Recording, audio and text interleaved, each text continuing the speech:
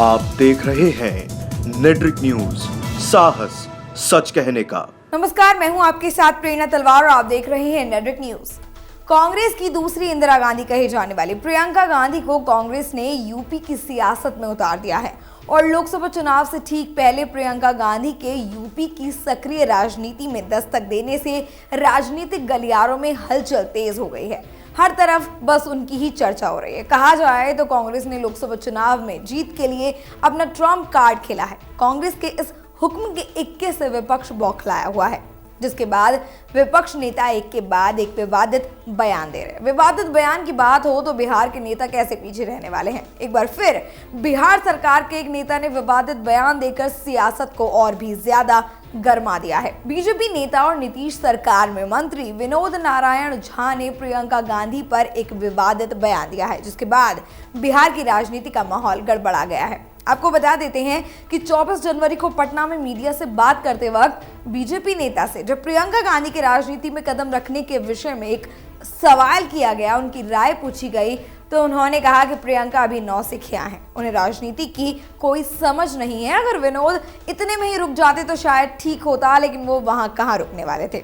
विनोद ने आगे बोला कि कांग्रेस को सलाह दी जानी चाहिए और उन्होंने आगे कहा कि कांग्रेस को समझना चाहिए कि सुंदर चेहरे पर वोट नहीं मिलते। बहरहाल नीतीश सरकार के मंत्री ने ये बयान देकर विवादित बयान के सिलसिले को और भी ज्यादा आगे बढ़ा दिया। जाहिर है कि उनके इस बयान पर कांग्रेस पलटवार करने से नहीं चूकेगी। वैसे तो लोकसभा चुनाव में अभी काफी टाइम है, लेकिन प्रियंका गांधी को यूपी से ही मैदान में उतारकर कांग्रेस ने उन्हें यूपी में पार्टी के एक नए चेहरे के तौर पर और एक बड़े नेता के तौर पर सामने लाकर खड़ा कर दिया है।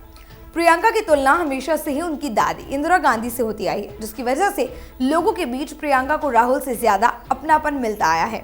प्रियंका शुरू से ही लोगों की पहली पसंद रही है, लेकिन इससे पहले प्रियंका अपनी पार्टी के लिए वोट मांगने कई बार मैदान में जरूर आई हैं, लेकिन उन्होंने पूरी तरह से अपने कदम राजनीति में नहीं उतारे थे। प्रियंका को उस पूर्वी यूपी का प्रभारी बनाकर मैदान में उतारा गया है, जिसने देश को 8 प्रधानमंत्री दिए हैं। अगर बात करें प्रियंका के पूर्वी यूपी से राजनीति में डेब्यू करने की, तो ये उनकी पारिवारिक परंपरा रही है। प्रियंका गांधी से पहले उनके नाना जवाहरलाल नेहरू, दादी इंदिरा गांधी, पिता राजीव गांधी, मां सोनिया गांधी और भाई राहुल गांधी ने भी पूर्वी यूपी से ही सियासत में पहला कदम रखा था। ये सभी पूर्वी यूपी से ही चुनाव लड़ते और जीतते आए हैं। अब यहीं से प्रियंका भी अपनी पारी को आगे बढ़ाने वाली हैं। वैसे तो कांग्रेस ने अपना दांव सही चला है, लेकिन प्रियंका को उस समय यूपी से मैदान में उतारा गया है जब कांग्रेस यूपी में अपने सबसे बुरे वक्त में गुजर रही है।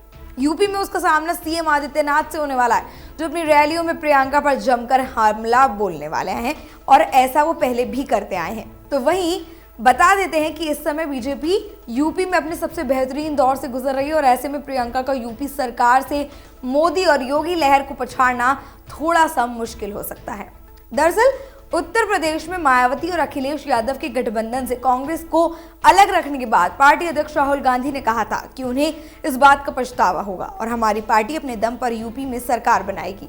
और अपने इस ऐलान के कुछ दिनों बाद ही राहुल ने अपनी बहन प्रियंका गांधी को कांग्रेस का महासचिव बना दिया और पूर्वी यूपी का प्रभारी बनाकर यूपी की सियासत में एक नया ट्विस्ट लाकर खड़ा कर दिया है। प्रियंका के बाद कांग्रेस ने ज्योतिरादित्य सिंधिया को भी पश्चिमी यूपी की कमान देकर सबको ये मैसेज दिया है कि कांग्रेस अभी रेस से बाहर नहीं हुई है।